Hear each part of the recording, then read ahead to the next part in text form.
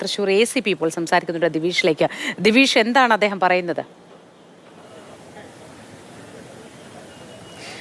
മോത്തി നമുക്കൊപ്പം അദ്ദേഹം ഉണ്ട്. അദ്ദേഹം നേരത്തെ നമ്മൾ കണ്ടല്ലോ ആ ദൃശ്യങ്ങളല്ലേ, അക്ഷയ പോലീസുകാർക്ക് വേണ്ട നിർദ്ദേശങ്ങളൊക്കെ നൽകി.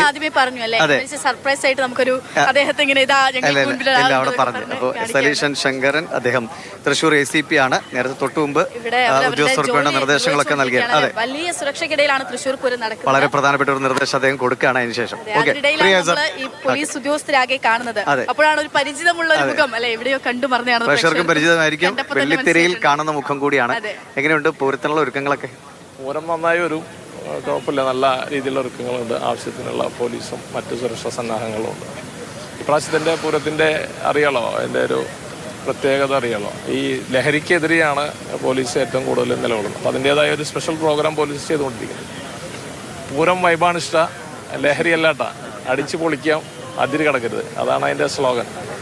അപ്പോൾ അതിൻ്റെ ഭാഗമായിട്ട് നമ്മൾ ചെറിയ കുട്ടികൾക്കൊക്കെ ബലൂൺസ് കയ്യിൽ പിടിച്ച് ആട്ടാവുന്ന പറമ്പിൽ നിന്ന് വാങ്ങിച്ചു പോകുന്ന ആ ബലൂൺസ് ഫ്രീ ആയിട്ട് നമ്മുടെ നമ്പറുകളും യോദ്ധാവിൻ്റെ നമ്പറും അതുപോലെ നോട്ട്റെക്സ് എന്ന് പറയുന്ന ഒരു മെസ്സേജ് അടക്കം ഏകദേശം 10,000 ബലൂൺ നമ്മൾ ശരിയാക്കി വെച്ചിട്ടുണ്ട്. അത് എല്ലാവർക്കും കൊടുത്ത എല്ലാ വീടുകളിലും യോദ്ധാവ് ലഹരിക്ക് ഇതെല്ലാം നമ്പർ എത്തിക്കുക എന്നുള്ളതാണ് അതിൻ്റെ ഒരു ഉദ്ദേശം. അത് വളരെ നന്നായി ചെയ്തിട്ടുണ്ട്.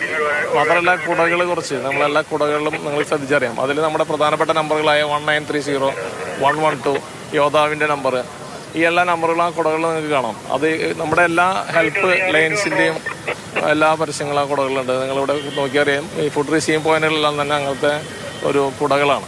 അപ്പോൾ അങ്ങനെ പാറാമേക്കാവിൻ്റെയും അതുപോലെ തന്നെ ഇതിൻ്റെയൊക്കെ കുടമാറ്റത്തിൻ്റെ സ്പിരിറ്റ് ഉൾക്കൊണ്ടുകൊണ്ട് തന്നെയാണ് അത്തരത്തിലുള്ള കുടകൾ.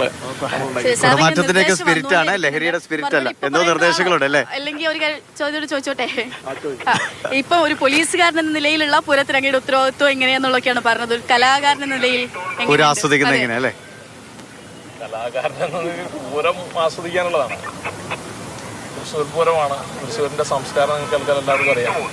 ഒരുവിധം ജനങ്ങളെല്ലാം തന്നെ നമ്മൾ പോലീസ് ഉദ്യോഗസ്ഥരെല്ലാവരും പറഞ്ഞാലും അനുസരിക്കും. മാത്രമല്ല ഇതെല്ലാം തന്നെ ആസ്വദിക്കുക എന്നുള്ളത് തന്നെയാണ് തൃശ്ശൂർക്കാരുടെ ലക്ഷ്യം. ആ തൃശ്ശൂർ ACP ആണ് സംസാരിക്കുന്നത്. മാതൃഭൂമി ന്യൂസിനോട് തൃശ്ശൂർ പൂരം എങ്ങനെ ഉത്തരവാദിത്വത്തോടെ ആഘോഷിക്കണം, അത് എങ്ങനെയാണ് സന്തോഷിക്കേണ്ടത് തുടങ്ങിയ കാര്യങ്ങളാണ്. ലഹരിയല്ല, ആവേശം, ജാഗ്രതയോടുകൂടി സന്തോഷിക്കുക, ആഘോഷിക്കുകയാണ് വേണ്ടത് എന്നാണ് അദ്ദേഹം പങ്കുവച്ച ഏറ്റവും പ്രധാനപ്പെട്ട കാര്യം.